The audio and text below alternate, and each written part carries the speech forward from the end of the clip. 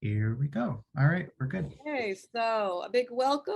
I'm going to give a little bit of an overview of the Readings and Workshops program and Poets and Writers. Poets and Writers started in 1970, and it actually started with the Readings and Workshops program, and which is a grant program that pays writers to give readings in the genres of poetry, fiction, or creative nonfiction, or to conduct workshops. And so that's actually how the whole organization started, pre-magazine. And our program is still going today, and we pretty much have the same mission, which is to pay writers. And one of the things that, so we fund writers in all of New York State, California, and in 8 other cities, Atlanta, Chicago, Detroit, Houston, New Orleans, Tucson, Seattle, and Washington, D.C. And our process is such, which Ricardo will talk more in detail about, that organizations or venues apply to us on behalf of the writer. And if the request is approved, the fees go to the writer. And one of the things that we've been really, keeping to in terms of our mandate and our mission is we really fund a diversity of events. We fund diverse writers, emerging and professional. We fund marginalized communities. We do events in places that might not always have the opportunity to bring a writer in. So we've done programs in senior centers, in youth centers, in prisons, in homeless shelters, at crisis centers. So that's still very much a part of a lot of our outreach to make sure that we're reaching a vast array of people and serving as a diverse group of writers and audience as we can. And that continues today. In March, when we realized we were going to all be in lockdown, all of us at Poets and Writers began to work from home, as we still are. And we realized we had to look at our program and make some changes. So we decided we would still continue funding, but we would just fund virtual events. And the guidelines are pretty much the same. The only difference is we shortened the deadline from 8 weeks in advance to 4 weeks. And the payment to the writer, we directly send the checks to the writers, where previously we would mail checks to the sponsors to hand to the writers at the event that they were giving, either their reading or workshop. So it's been very, of course, we all miss being together live, but the feedback we've gotten in terms of the events that have been funded are that it's been a real lifeline for people to be able to connect to community during this time. And also the silver lining, which I'm sure many of you may have experienced, that people can come from all over. So the audiences have been very diverse, from across the country to across the world. And that's been a really nice sort of perk to what a difficult situation. So I think that's all I really want to say right now. I think that Ricardo was going to give us a kind of how-to presentation for those of you that are new to our grants and our process of applying for grants. And then we're going to open it up for questions about that. And then we're going to open it up for you all to share amongst yourselves. So again, thank you for being here. I hope you're all well. And I know this has been a very difficult time. And so I really appreciate you taking time to be here today with us. And Ricardo, I'll pass it on to you, okay? Okay, thank you so much, Bonnie. Let me see. Check it. So yeah, I'm Ricardo. I'm the program coordinator, I believe, program coordinator. I assist Bonnie in all of the good work that we do that she just mentioned. And for this part of the meeting, I'm just going to give a very brief presentation, around 10 minutes, just summarizing again the guidelines for our program, the changes that we've made, and some tips on how to apply for the program. So just give me a second here. I'm going to share my screen with you all.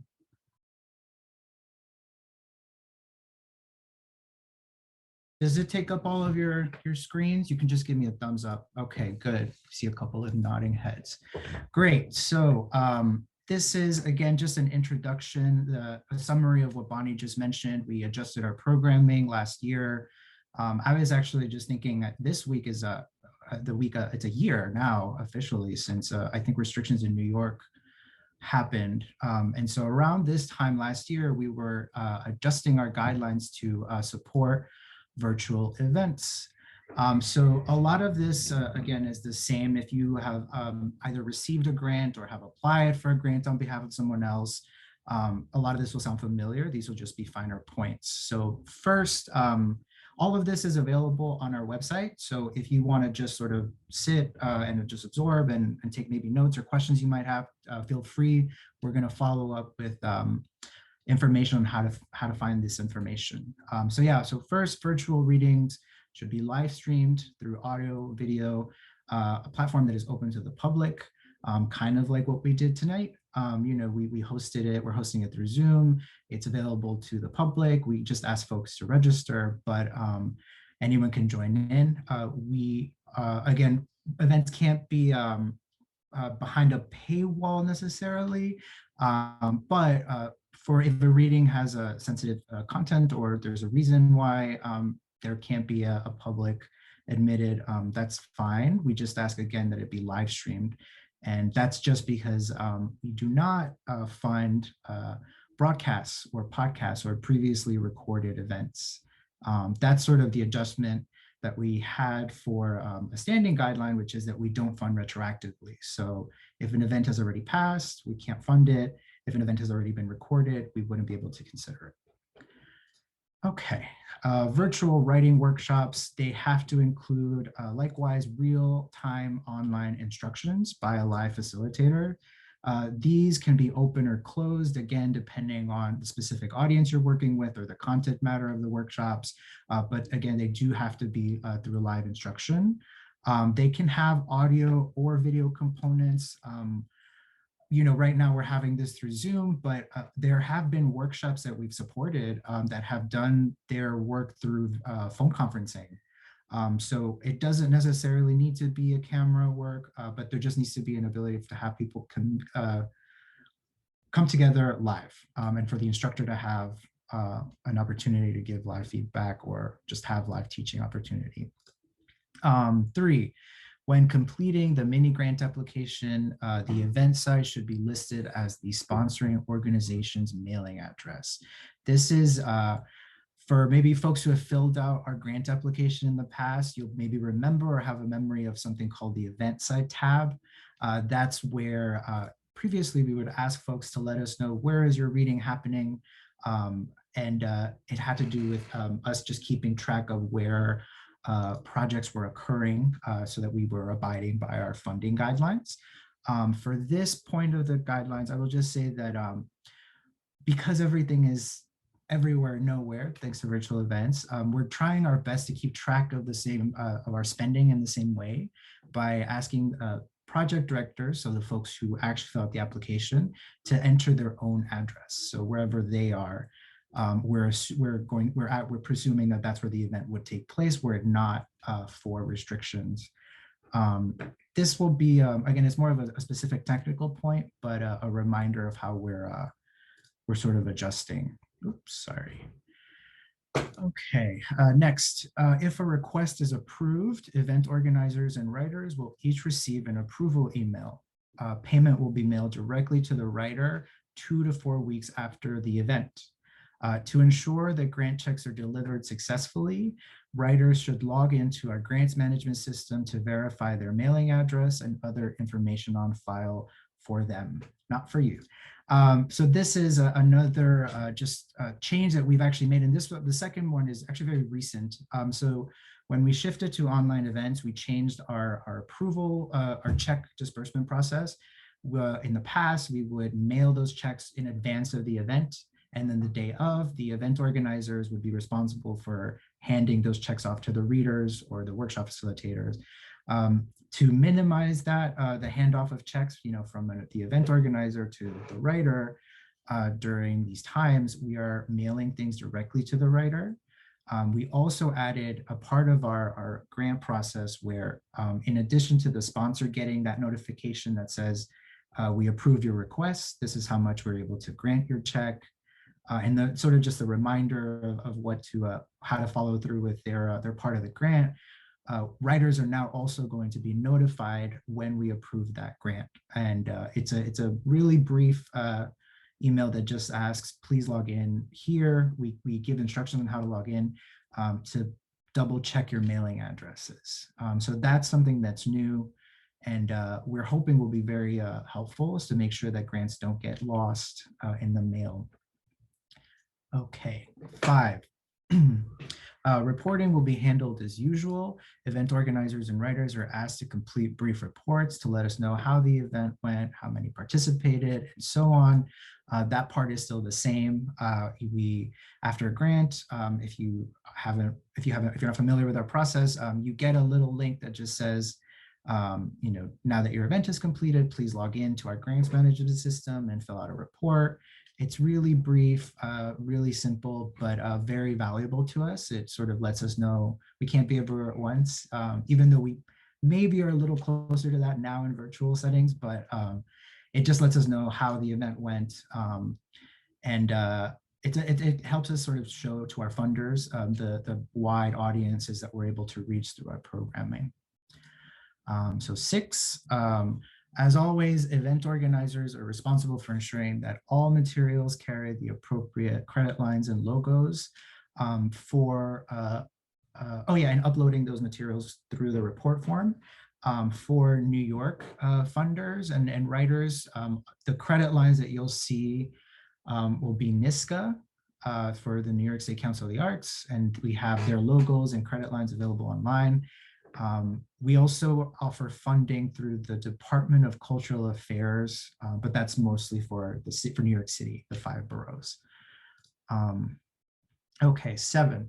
Although we support virtual live events, sponsoring organizations must be located in one of our RW states or cities. So in our case, in this meeting, that would be your organization has to be based in New York, one of the 62 counties that we are able to fund. And if you'll remember back to slide 3, that event site stuff, that has to do with the same thing of just making sure that we're keeping track of where we're funding programs. Okay, 8. This was also the big one that Bonnie mentioned. We've shortened our application deadline to 4 weeks. I believe that part of the website might still say 8 weeks. But it sort of confused folks, so we'll have to adjust that. But just to clarify, the deadline right now is 4 weeks in advance. So that means you want to apply, you want to make sure you're submitting your application at least a month before your event happens.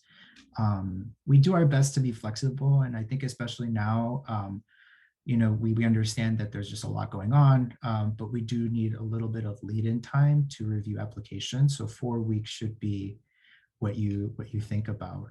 If something comes up, you can always email us and just ask, like, hi Bonnie, I'm 3 weeks away from my event. Is it still okay for me to submit it? And usually we can adjust, or we do our best to adjust. Okay.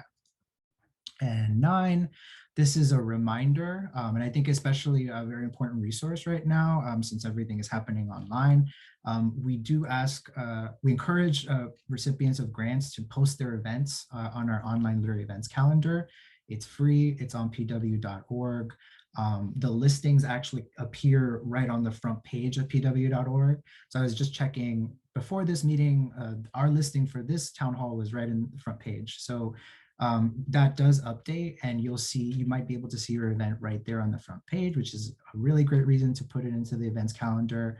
But it's also good because, as Bonnie mentioned, a lot of folks are looking for all sorts of events virtually, and anywhere that you can plug your event just means that you have bigger visibility and a bigger audience.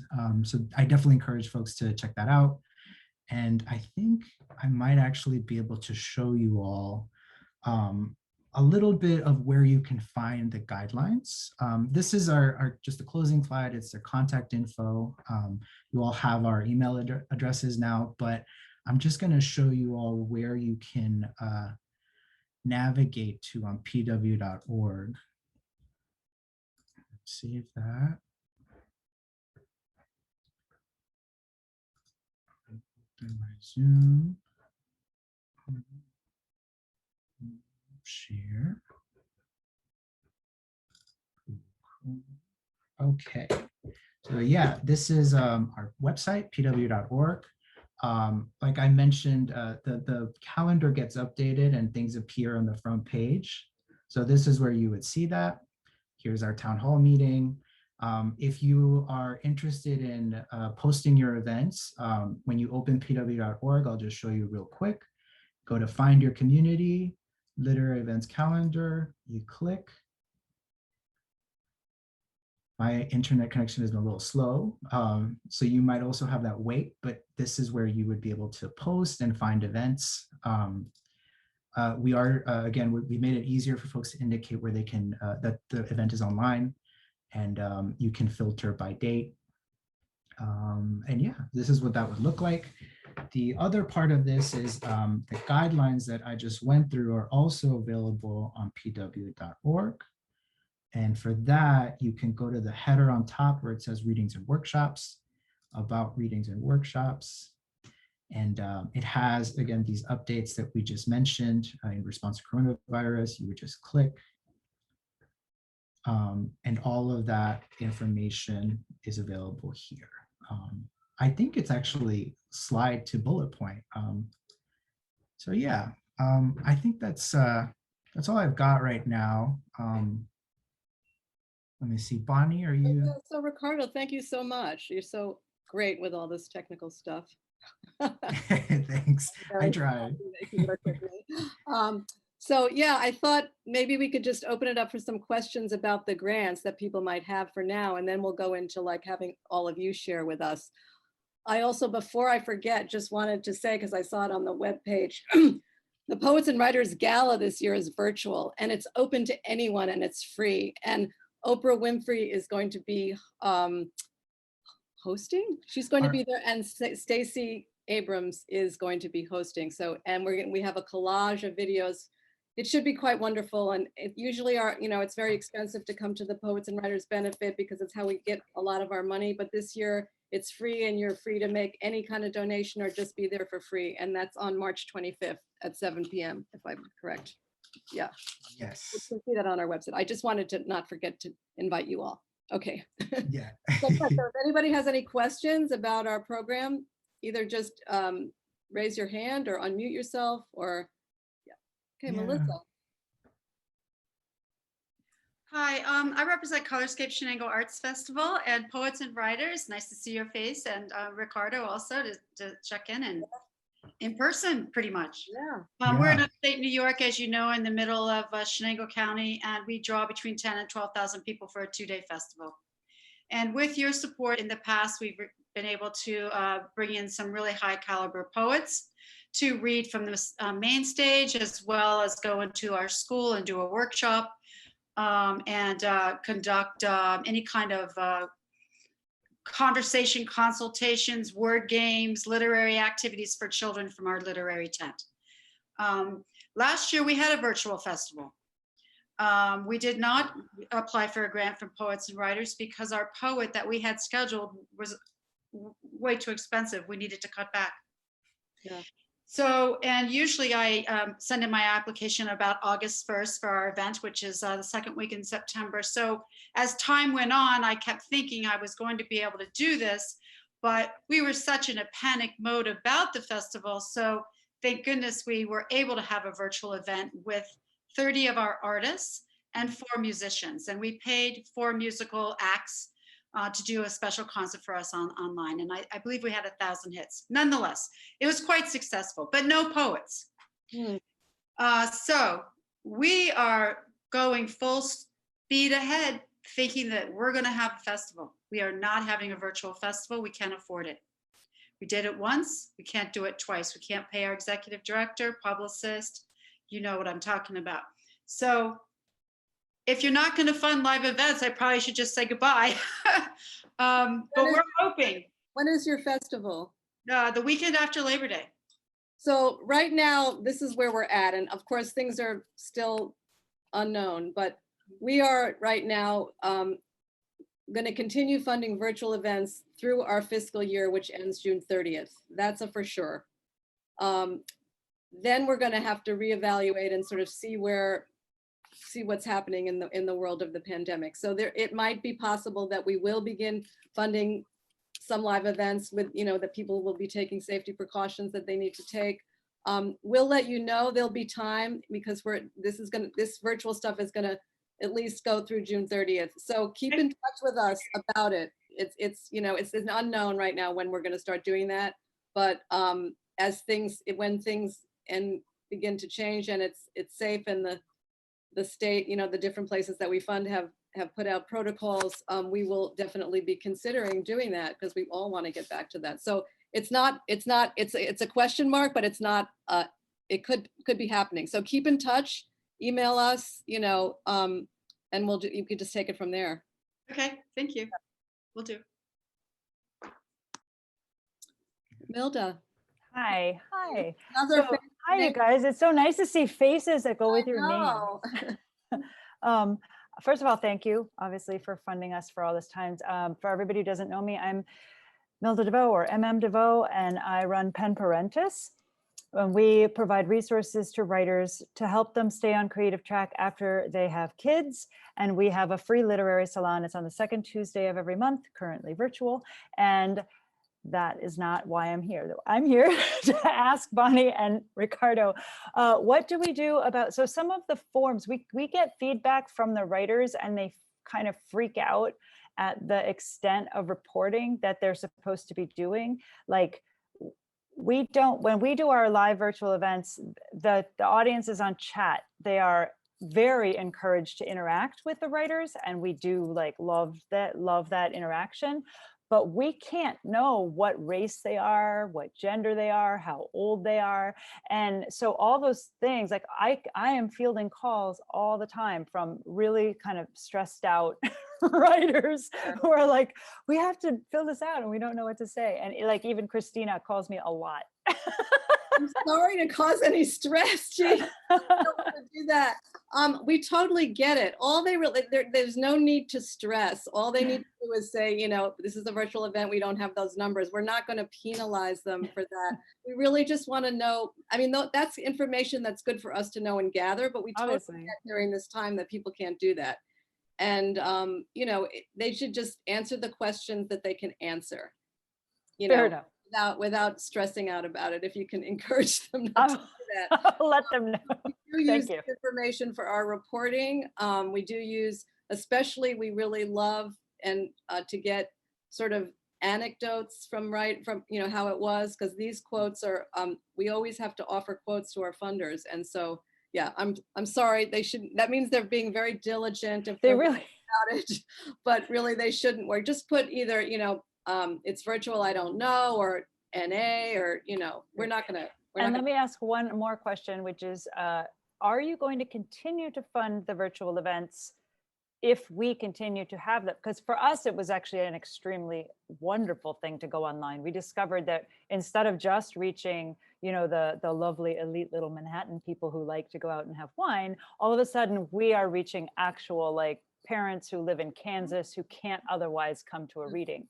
And so it's been great. And our board is seriously considering continuing in a virtual manner even after the pandemic allows us to go back to our rarefied little intellectual community. We were just talking about this. I don't have a definitive answer, but I do think we are considering how we can do both. One, we have to obviously check with our funders. That's one thing. But yeah, I hear you. And it seems like just in our world now that this kind of hybrid thing might happen in a lot of different situations. I can't say for sure, but we are definitely feeling strongly that it would be great to do. It's just that I don't know how it's all going to pan out, but we'll let people know, and we'll be, we'll definitely keep you posted, and you can check in with us about it. Great. Do you want to add anything to that, Ricardo, or is that pretty much?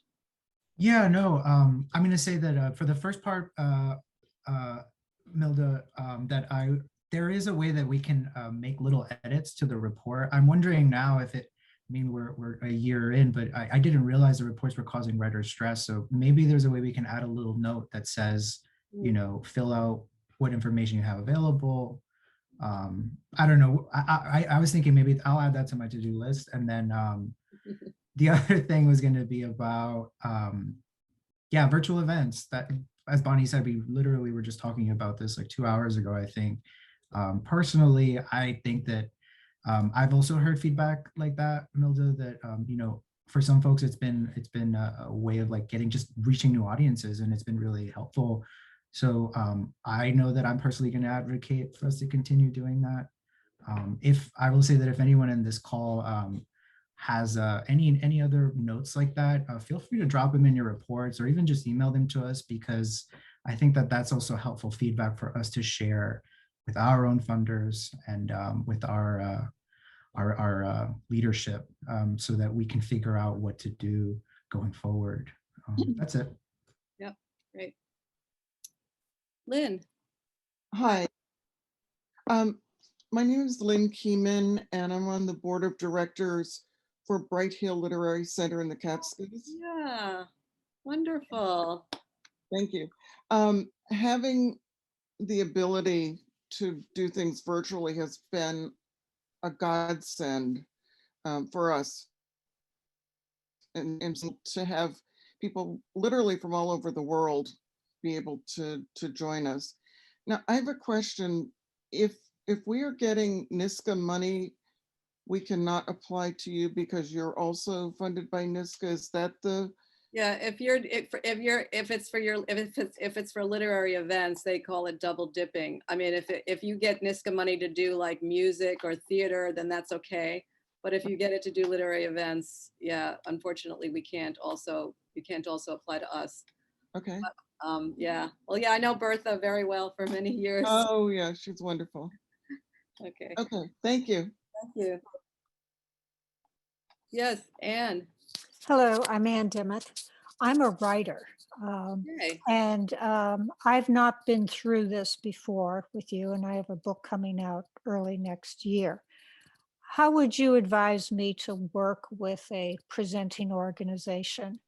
And what are the usual grant amounts that are awarded?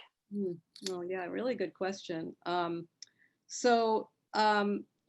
a writer, you can, approach organizations or venues that in your community or in any of the places that we fund. And especially if your book is coming out, some people have like made their own little book tours by, let's say, they're going to Atlanta. I mean, now we're not traveling very much, but if in the world of, or in the virtual world, you can just approach organizations. I would share, however you would, that your book has come out, something about yourself. You could tell them that there's an organization, Poets and Writers, that supports writers and events, and encourage them to see if they'd be willing to apply on your behalf. I mean, you have to kind of promote yourself a little bit with these organizations, but that's what I would suggest. What was the other part of your question?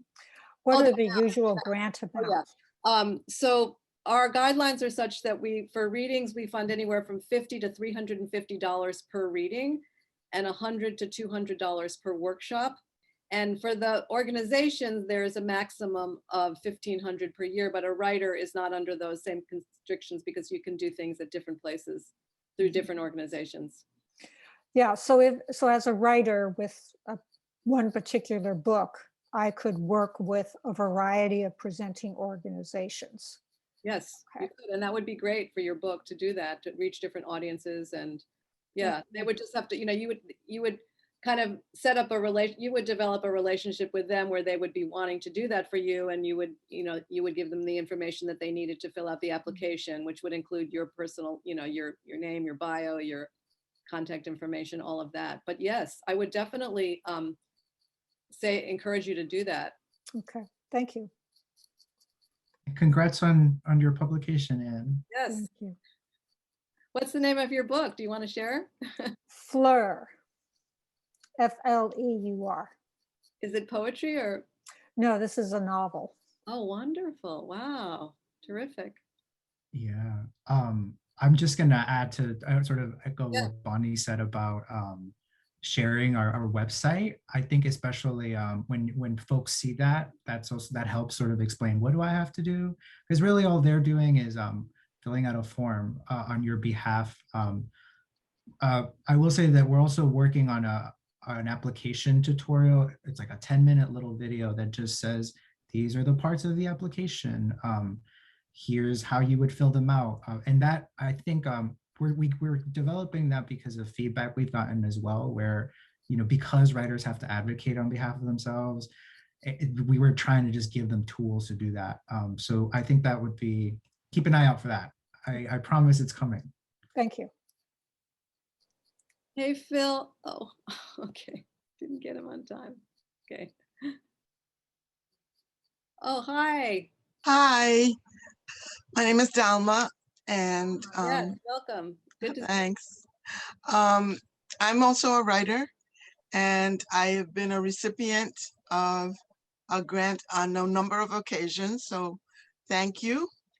I met both Ricardo and Bonnie when they came to the Bronx because it is an underserved community.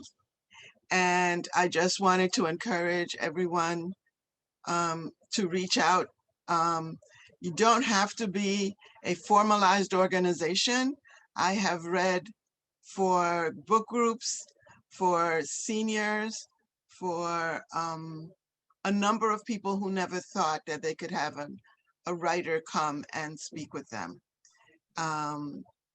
Women's groups, and it has just been a wonderful opportunity to reach out to people who maybe don't come to live book readings, or who are homebound, or who are unable to attend live performances for one reason or another. And yes, the application procedure and the reporting procedure is fairly simple.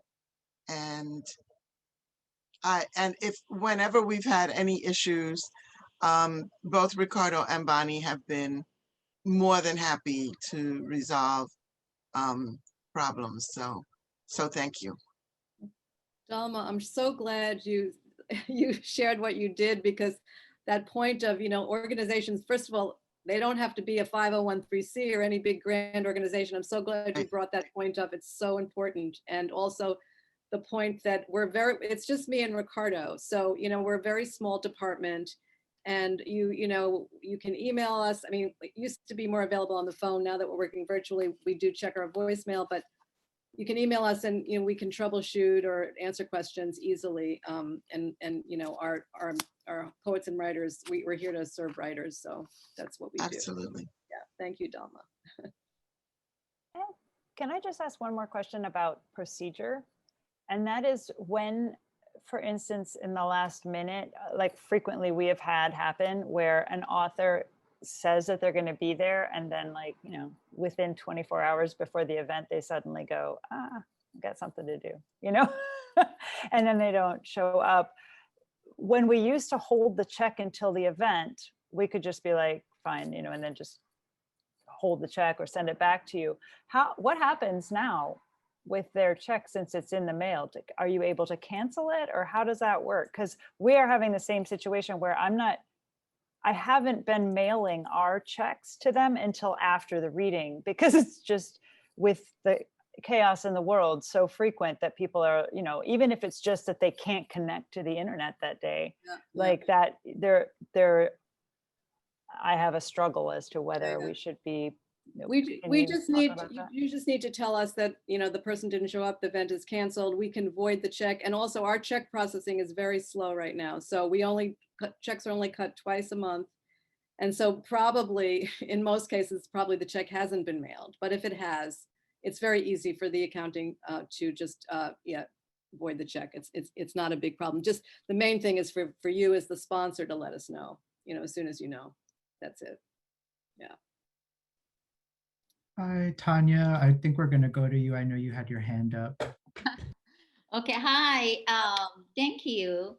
I am a new kid on the block because I have to introduce myself that I came from Los Angeles.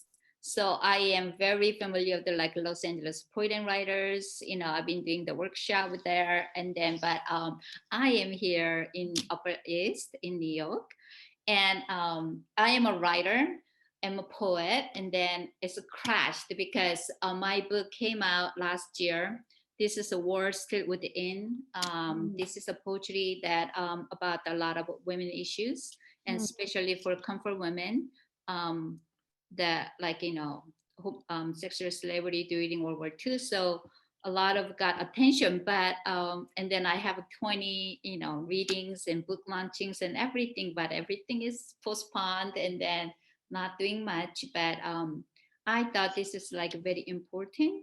And I'm here in New York, and that is a kind of hard as a writer, and then now we're all, you know, locked in, and then so I am here to get opportunities to reading. Yes, like there's, I know a couple New York writers, so actually I'm gonna engage the talking at the Fashionista Technology on, you know, April, and then I actually had a book talk in SUNY and last year, but it's postponed. But I love to get into get invited in reading and get, you know, grants from the poet and writers, and that's, I love to share my information and website, and you know, I write, like, you know, about women issues and motherhood and marriage, and also especially immigrant, you know, stories, diversity stories. And I have my MFA from Antioch University.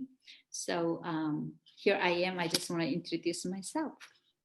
So nice to meet you, Tanya. Congratulations on your book. And like we were saying to Anne, you know, reach out as best you can to organizations and have them apply on your behalf, you know, and they can be small writers groups, they can be that, like, I need to reach out. Yes, I need to know the groups. I don't know the groups in New York yet. So okay, you know, if you want to email us, Ricardo or myself, maybe we can make some suggestions, you know. oh, that'd be wonderful. Yeah.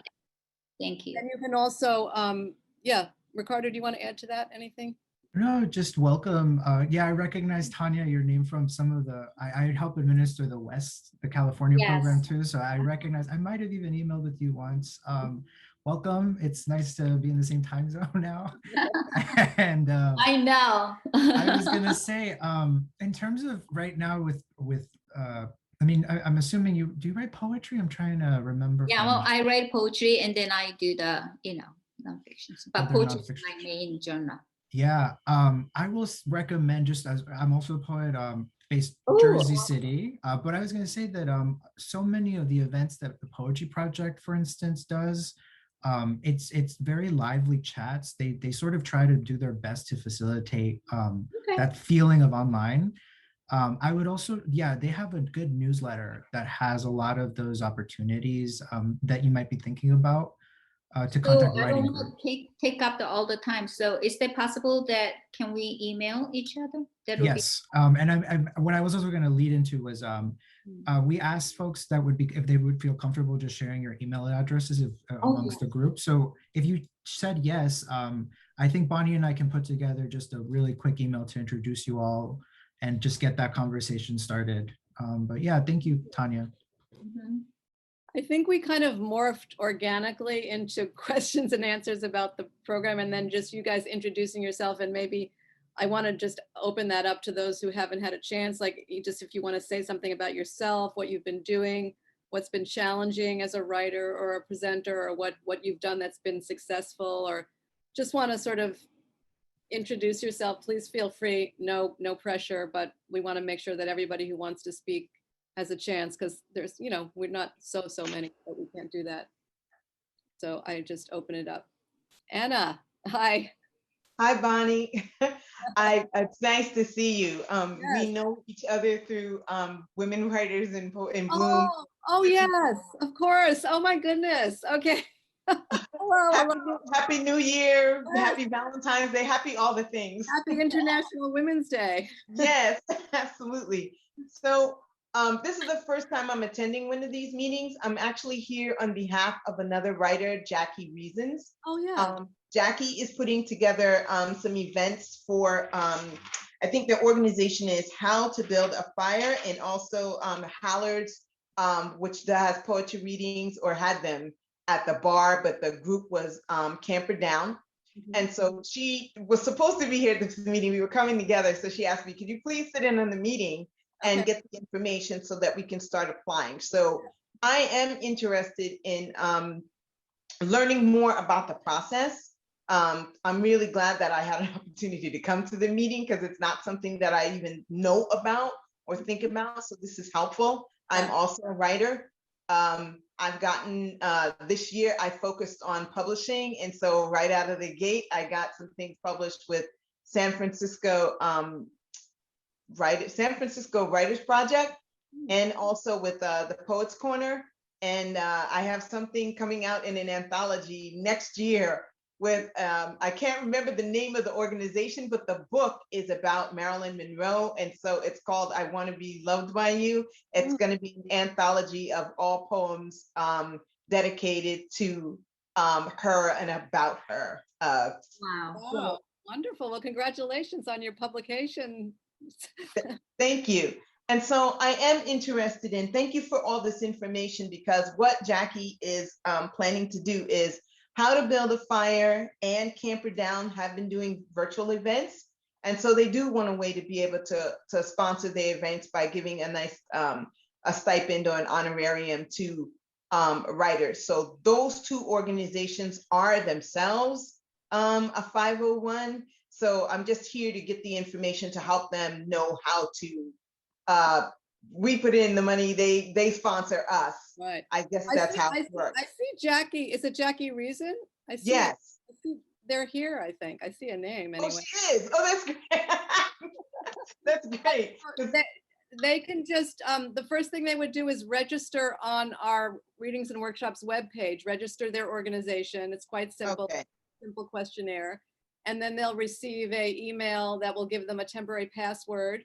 And then Okay. get into the system and fill out the applications on behalf of the writers. One thing that we didn't say, just to clarify, I think it's good information to know, that you can't apply on behalf of yourself. So, you know, Anna, like if you were running the organization, it couldn't be the project, the sponsoring organization applying for yourself. So Right. if the person that's the sort of head of the organization, she can apply for other writers. Right, right. And that's the idea. Yeah. So this was really helpful. The writer who just spoke, I'm interested in learning more about her. I think I heard you and Ricardo say that you're going to share the emails and the contact information for everyone in the email. Yeah, That's right. That would be great, because I'm interested in learning more about her.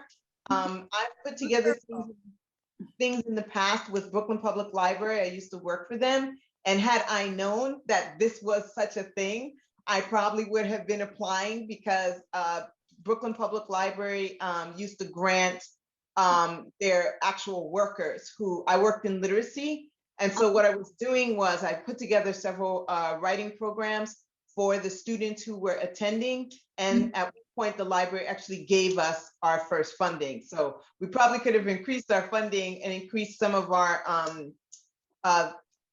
knowledge, and also increased other people knowing about the programs in the library through the greater community, because we were basically just depending on the library to do everything for us. And it worked to a certain extent, but not as wide as what we would have liked to have seen. Yeah. So this is very helpful to know I'm really glad you just got going forward. Yeah, I'm really glad you got to be here, and we'll be happy to answer any questions through email when Jackie goes through the process.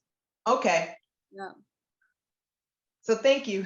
Thank you, and good to see you. Good to see you too. All right, I want to open it up. We have a little bit more time. If there's anybody who would like to share anything about what they're doing or have questions, we're open to hearing from you.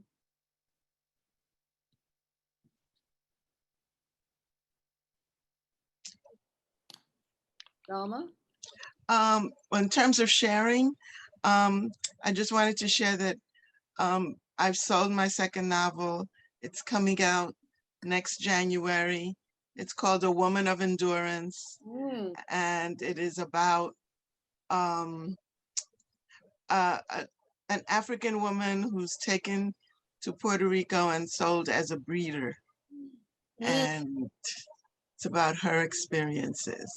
Whoa. But what I have found is that now that people are calling to ask me to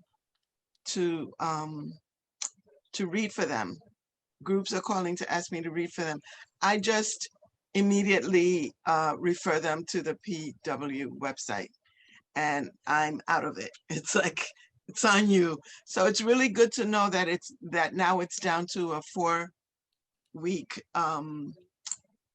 kind of turnover, because a lot of organizations, especially small neighborhood organizations, don't plan 3 months ahead, right? They don't have that luxury. Exactly. So, and people who've never done it before are really nervous anyway. So having a shorter time, I think, will make it easier for them. Yeah, no, we So- we understand that. And also, as Ricardo mentioned, you know, if we're open to, we have flexibility even within that deadline. So if somebody writes to us and they have a compelling program and they're on it and we're waiting to, get some information, we usually can work with them to pull it through to our review process. So there is some flexibility, because we do recognize that, especially with smaller organizations and especially with people that are doing it for the first time, that are like, oh no, grants, there's that attitude. So we get that. Yeah. I'll also add, and this is just for everyone too, that something that we've been able to do because of virtual events is provide troubleshooting through Zoom, which is maybe like, again, like just another tool that we're happy to use to explain, especially for smaller orgs that do have that, maybe they're nervous about it because it's grant, and I'm happy to do that too. Like I can walk folks through the application. I can even troubleshoot like I just did this I think last week with a sponsor in Atlanta who he couldn't figure out why his application wasn't going through, and it was just because there was an extra symbol in a field that he did. And I was thinking, in before we did virtual events, that might have taken maybe 2-3 days of just emails going back and forth. With Zoom, boom, we just pop right in. Let me look at your application. Okay, this is what's missing. So yeah, that's something that I think we'll be able to keep, hopefully, so that we can keep that going. Good point, Ricardo. And also, we're always available if you want to meet with us. We've done that recently too, just meet on Zoom. We met with a new organization who, the person was just a little nervous about our guidelines and process, and we sat down together on Zoom, and then they just whipped off the applications to us. So, and it's a good way for us to meet people since we're not out and about these days. So yeah. Marilyn, hi. Hi, I want to introduce myself. Marilyn Berkman, I'm a poet, though I call myself MD Berkman. Over the last year, I started submitting poetry through using Poets and Writers for the calls for submissions, and I got 7 acceptances in 1 year. And so I love you guys. I also belong to the Women's National Book Association. I'm one of their NGO reps to the UN, and I've done some moderating of poetry events, but we are pretty limited in the number of events that we can, afford to put on a year. And I think this might be a way for us to coordinate, or I could do a poetry event, or another interest of mine, women writing about the environment. So I'm very happy to be here. I didn't know that I was going to be live, but and the Comstock Review published me twice in successive issues. So that was also something that I was very excited about, and I owe it all to Poets and Writers. Thank you, Marilyn, which you also bring up a really good point, which is our website and all the other resources that we have available to writers, the lists of contests and awards and articles. And so thank you for bringing that here, and just so that everybody knows it's a great resource. Thank you. So just want to make sure that anybody who didn't get a chance to introduce themselves or speak who wants to can do that now as we're moving closer to 6 and we don't want to keep people too much longer over the time, knowing we all have stuff to do, or maybe not. I don't know. I have to go, so I wanted to say bye. Thank you, everybody, and keep in touch. It's so good to see faces and to hear about all your wonderful work that everybody's doing. It's really great. It's inspiring.